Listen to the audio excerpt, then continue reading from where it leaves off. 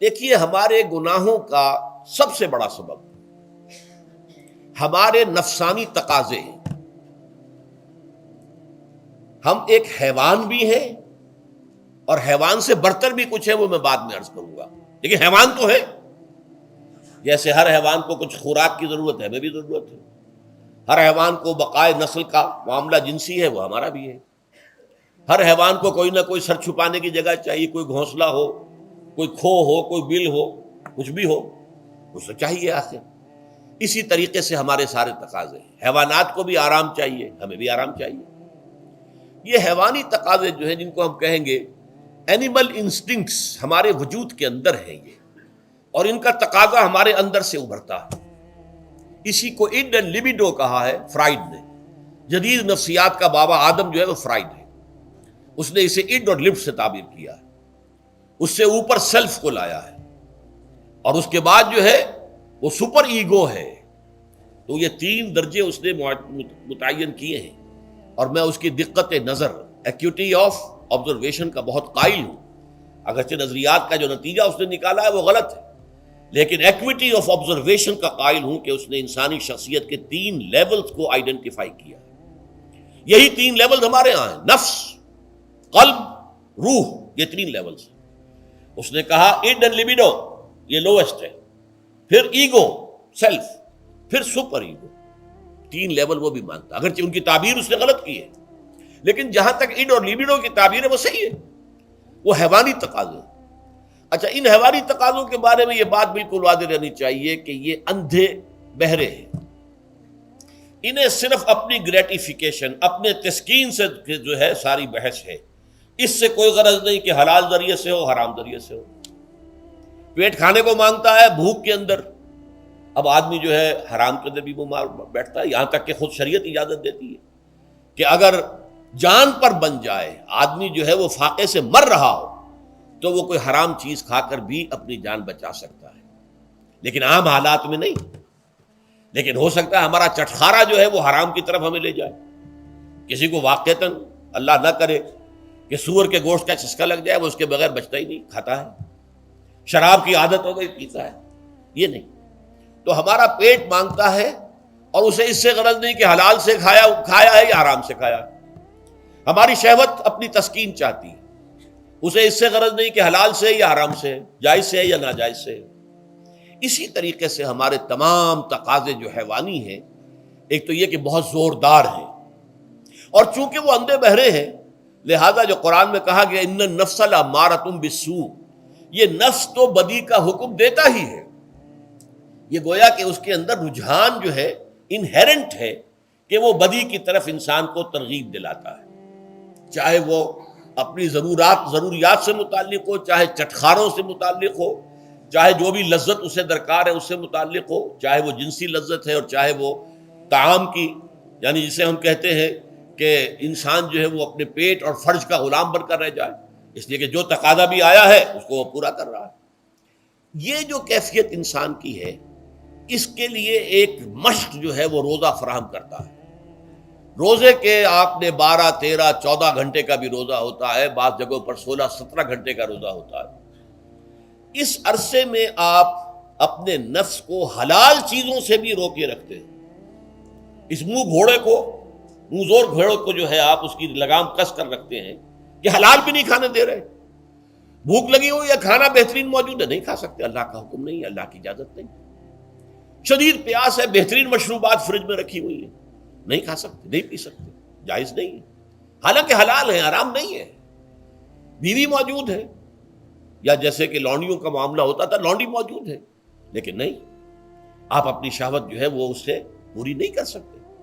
یہ پابندیاں نفس کے اوپر لگانا، یہ ایک مشق ہے، یہ ایک ریاضت ہے۔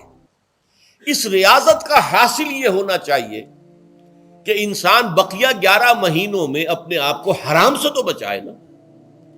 یہاں وہ حلال سے رکا ہوا ہے اللہ کے حکم سے، کہ حلال چیز بھی نہیں کھا رہا، دن بھر نہیں پی رہا، دن بھر نہیں اپنی کوئی شہوت پوری کر رہا، دن بھر حلال ذرائع سے بھی، تو اس سے اس کے اندر یہ ایک، اس کو ہم کہیں گے سیلف کنٹرول پیدا ہو جائے، اپنے نفس کو قابو میں کر لے۔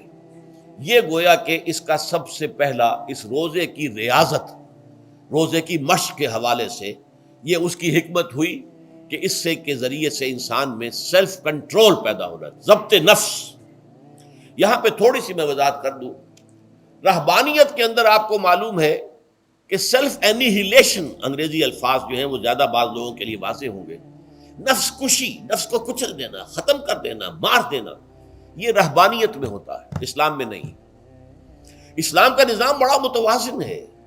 ان لنفسک علیک حقا وان لزوجک علیک حقا وان لزورک علیک حقا۔ حضور نے فرمایا دیکھو تمہارے نفس کا بھی تم پر حق ہے، اسے مناسب حد تک آرام دینا بھی تمہارے ذمے ہے، اسے غذا بہم پہنچانا بھی تمہارے ذمے ہے۔ فرق صرف کیا ہے، حلال سے ہو حرام سے نہ ہو۔ اس کی شہوت کو پورا کرنا بھی تمہارے ذمے ہے، فرق صرف کیا ہے، جائز راستے سے ہو حرام سے نہ ہو۔ اس کا نام ضبط نفس ہے، سیلف اینیہیلیشن، نفس کو کچل دینا۔ یہ جو تپسیائیں جو ہیں ہندو سادھو کرتے رہے ہیں، اور جو سب سے زیادہ معاملہ جو ہے وہ جو راہب ہوتے تھے حضرت مسیح علیہ السلام کے پیروکاروں میں، انہوں نے تاریخ کے اندر جو مثالیں دی ہیں اس کا جو ہے اندازہ کرنا مشکل ہو جاتا ہے کہ کس درجے وہ لوگ اپنے نفس کو کچل دیتے تھے، جس کا قرآن مجید میں سورہ حدید میں ذکر بھی ہے۔ اکثر لوگ تو پابندی نہیں کر سکتے تھے، اپنے اوپر پابندیاں لگانے کے بعد غلط راستوں پر بھی چل پڑتے تھے، لیکن جو لوگ ان پابندیوں کو نبھاتے تھے وہ کس انتہا تک جاتے تھے۔ کبھی آپ جو ہے ہسٹری آف کرسچن منیسٹسزم پر جو تاریخ کی کتابیں لکھی گئی ان کو پڑھیں تو اندازہ ہوگا۔ مولانا مودودی نے تفہیم القرآن میں اس کا کچھ حوالے دیے ہیں، اور واقعہ یہ کہ رونگٹے کھڑے ہو جاتے ہیں انسان پر کہ اس درجے میں انہوں نے اپنے نفس کو کچلا تھا۔ ہمارے صوفیہ کے ہاں بھی بعض ایسی روایات صحیح ہیں یا غلط ہے بیان کی جاتی ہیں، لیکن اسلام کا اصل معاملہ کیا ہے، توازن، اعتدال۔ تمہارے نفس کا بھی تم پر حق ہے، ان لنفسک علیک حقا، تمہاری بیوی کا بھی تم پر حق ہے، وَإِنَّ لِزَوْجِكَ عَلَيْكَ حَقًّا، اور تمہارا جو بھی کوئی ملاقاتی آئے، کوئی دوست ہے، اس کا بھی زورک علیک حق، زیارت کرنے کے لیے کوئی آیا اس کا بھی حق ہے، ان کے حقوق ادا کرو۔ حضرت عبداللہ ابن عمرو ابن العاص رضی اللہ تعالی عنہما صحابہ کرام میں اس اعتبار سے بہت ممیز تھے کہ ان پر عبادت جو ہے، عبادت گزاری کا اتنا غلبہ ہو گیا تھا، ہر روز روزہ رکھتے تھے اور رات کو پوری رات کھڑے رہتے تھے۔ حضور کو اطلاع دی گئی، حضور نے طلب کیا فوراً، آپ نے فرمایا یا عبداللہ الم نخبر، کیا ہمیں یہ خبر نہیں دی گئی انک تصوم الدہر وتقوم اللیل، کہ تو ہمیشہ رات کو کھڑا رہتا ہے نماز میں اور ہر روز روزہ رکھتا ہے۔ اب ظاہر بات ہے حضور کے حضور میں جھوٹ کیسے بولتے، ویسے بھی جھوٹ بولنے کا سوال نہیں صحابہ کے لیے، تو عرض کیا بلا یا رسول اللہ ایسی ہے تو صحیح ہے۔ فرمایا لا تفعل، ہرگز ایسا مت کرو، فإن لنفسك عليك حقا وإن لزوجك عليك حقا وإن لزورك عليك حقا، تمہارے نفس کا بھی تم پر حق ہے، روزہ رکھو بھی اور افطار بھی کرو۔ بہترین روزہ جو ہے وہ حضرت داؤد علیہ السلام کا تھا، ایک دن روزہ رکھتے تھے ایک دن افطار کرتے تھے، لیکن یہ ہے کہ آپ ہفتے میں 2 دن روزے حضور کے ہیں، سوموار کو اور جمعرات کو، مہینے میں 3 روزے یہ ہیں، اس میں گویا کہ سنت پر عمل بھی ہو جائے گا۔ لیکن یہ کہ ہمیشہ روزہ رکھنا، بلکہ یہاں تک کہا گیا ما ساما من سامت دہر، جو ہمیشہ روزہ رکھتا ہے اس نے کوئی روزہ رکھا ہی نہیں۔ کیا مطلب؟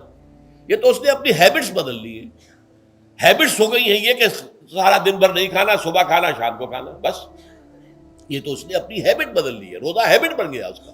ما ساما من سامت دہر، جس نے ہمیشہ روزہ رکھا اس نے کوئی روزہ رکھا ہی نہیں۔ اس لیے کہ روزہ تو در حقیقت اس شخص پر شاخ گزرتا ہے جس کو عادت ہے دن میں کھانا کھانے کی، اس کو دن کے اندر 3 کھانے کھانے کی عادت ہے، تبھی تو وہ شاخ گزرے گا۔ اگر وہ عادت ہی آپ نے بدل لی ہے تو ظاہر بات ہے کہ پھر روزے کی جو برکت ہے وہ تو ظاہر نہیں ہوگی۔ تو بہرحال اس اعتبار سے غور کیجئے کہ یہ پہلا حکم جو ہے روزے کا، لعلکم تتقون، تاکہ تمہارے اندر تقوی پیدا ہو جائے، اپنے نفس پر کنٹرول پیدا ہو جائے۔ اس کو یوں سمجھیے کہ یہ ایک بڑا منہ زور گھوڑا ہے، ہمارا جو نفس ہے، ہمارا جو جسم ہے، حیوانی نظام، اس پر ہماری خودی یا ہماری انا یا ہماری ایگو یا ہمارا سیلف، یہ اس پر حکمران ہے، اس کا گھوڑے کا سوار ہے۔ اب اگر گھوڑا منہ زور ہے اور سوار کے قابو میں نہیں ہے تو کیا نتیجہ نکلے گا؟ اب وہ گھوڑے کے اختیار میں ہے، سوار صاحب کی جان جو ہے وہ جا کر پٹخ دے کہیں، کسی کھائی میں گرائے، کسی اور جگہ گرائے، وہ تو گویا کہ اس کے رحم و کرم پر ہے۔ ہاں اگر سوار تکڑا ہے اور سوار نے جو ہے گھوڑے کو قابو میں کیا ہوا ہے، اس کی رانوں میں بھی جان ہے، دبایا ہوا گھوڑے کو اپنی رانوں کے درمیان، تو ظاہر بات ہے کہ اب یہ گھوڑا جو ہے بہت بڑی ایسٹ ہے اس کے لیے۔ اب گھوڑا ادھر جائے گا جدھر سوار لے جانا چاہے گا، سوار اپنے مقصد اپنی منزل تک پہنچے گا گھوڑے کے ذریعے سے، اور اگر برعکس ہے جیسا کہ میں عرض کر چکا ہوں تو وہ سوار جو ہے وہ گھوڑے کے رحم و کرم پر ہے۔ یہی معاملہ ہے، ہماری خودی یا ہماری انا یا ہمارا ایگو، یہ در حقیقت یہ راکب ہے، اور ہمارا وجود حیوانی یہ مرکب ہے، یہ گھوڑا ہے۔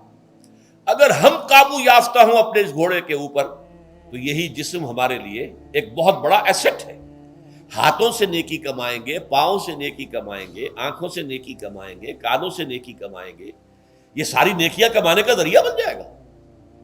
تلاوت قرآن سن رہے ہیں تو کانوں کی نیکی ہو رہی ہے، قرآن دیکھ کر پڑھ رہے ہیں تو آنکھوں کی نیکی ہو رہی ہے۔ یہ سارے ہمارے اعصاب، ہمارے تمام اعضاء و جوارح نیکی کا ذریعہ ہے۔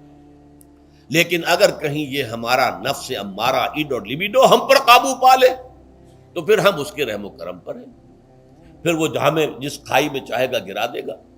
تو اس اعتبار سے روزہ مجرد ابھی روزے کی بات ہو رہی ہے، وہ روزہ خاص طور پر کہ جس کا حکم پہلے دیا گیا تھا، ایام معدودات، اس کے بارے میں اس کی حکمت، مجرد روزے کی حکمت کیا ہے؟ ضبط نفس۔ اسی ضبط نفس کا دوسرا نام تقویٰ ہے۔ آپ اپنے نفس پر قابو یافتہ ہیں اور پھر اللہ کے سامنے جھک رہے ہیں، یہ ہوئی نا اصل بات۔ آپ اللہ کے سامنے تو جھک رہے ہیں، اے اللہ میں تیری ہی بندگی کرتا ہوں اور کروں گا، نفس پر قابو ہے ہی نہیں، تو آپ کا یہ کہنا محمل ہو جائے گا، نفس کا تقاضا ابھرے گا اور آپ اس کے آگے ہاتھ جوڑ کر کھڑے ہو جائیں گے، تو گویا کہ جو آپ نے کہا تھا ایاک نعبد و ایاک نستعین، اس کی پیروی کرنا، اس کو پورا کرنا، اس کا تقاضا بجا لانا آسان کام نہیں ہے۔ جو بھی گویم مسلمانم بلرزم کہ دانم مشکلات لا الہ رہا، جب میں کہتا ہوں کہ میں مسلمان ہوں تو میں مجھ پر کب کب یہ طاری ہوتی، اس لیے کہ مجھے معلوم ہے کہ لا الہ کہنے کا مقصد کیا ہے اور مطلب کیا ہے، اس کے تقاضے کیا ہے۔ تو روزہ مجرد روزے کی غرض و غایت تقویٰ یا ضبط نفس، یعنی سیلف کنٹرول، اور اس سیلف کنٹرول کے ساتھ اپنے پورے وجود کو اللہ کے سامنے جھکا دینا۔